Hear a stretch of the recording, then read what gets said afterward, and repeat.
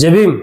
બાબા સાહેબ શિક્ષણ માટે કહે છે કે શિક્ષણ એવી જરૂરિયાત છે કે તમામ વ્યક્તિઓ સુધી પહોંચવું જોઈએ, દેશના તમામ વ્યક્તિઓ સુધી. શિક્ષણ સસ્તામાં સસ્તું હોવું જોઈએ, જેથી ગરીબમાં ગરીબ વ્યક્તિ તેને પ્રાપ્ત કરી શકે. આપણે સિદ્ધ કરી દેવું જોઈએ કે અમારી પાસે ફક્ત શક્તિ બળ જ નહીં પરંતુ બુદ્ધિમત્તા પણ છે, જેનાથી દેશના લોકોને એવા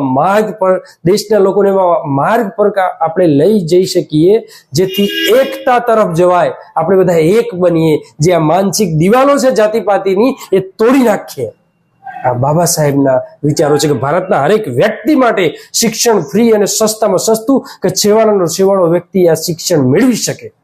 આ એક જ્ઞાની વ્યક્તિની, એક આપણા રાષ્ટ્રની, આપણા દેશની એક સલાહ છે, જે સંવિધાનમાં પણ એની અમલવારી કરી છે, ભારતના બંધારણમાં પણ છે કે 14 વર્ષ સુધી ફ્રી શિક્ષણ. શું એનો અમલ થાય છે? શું તમારું બાળકને ફ્રી શિક્ષણ મળે છે? નથી મળતું? તો શું પ્રશ્ન છે? એ પોતે વિચારવું રહ્યું કે આપણે શિક્ષણને મોંઘું કરવામાં ક્યાંક આપણો તો હાથ નથી ને. જય ભીમ.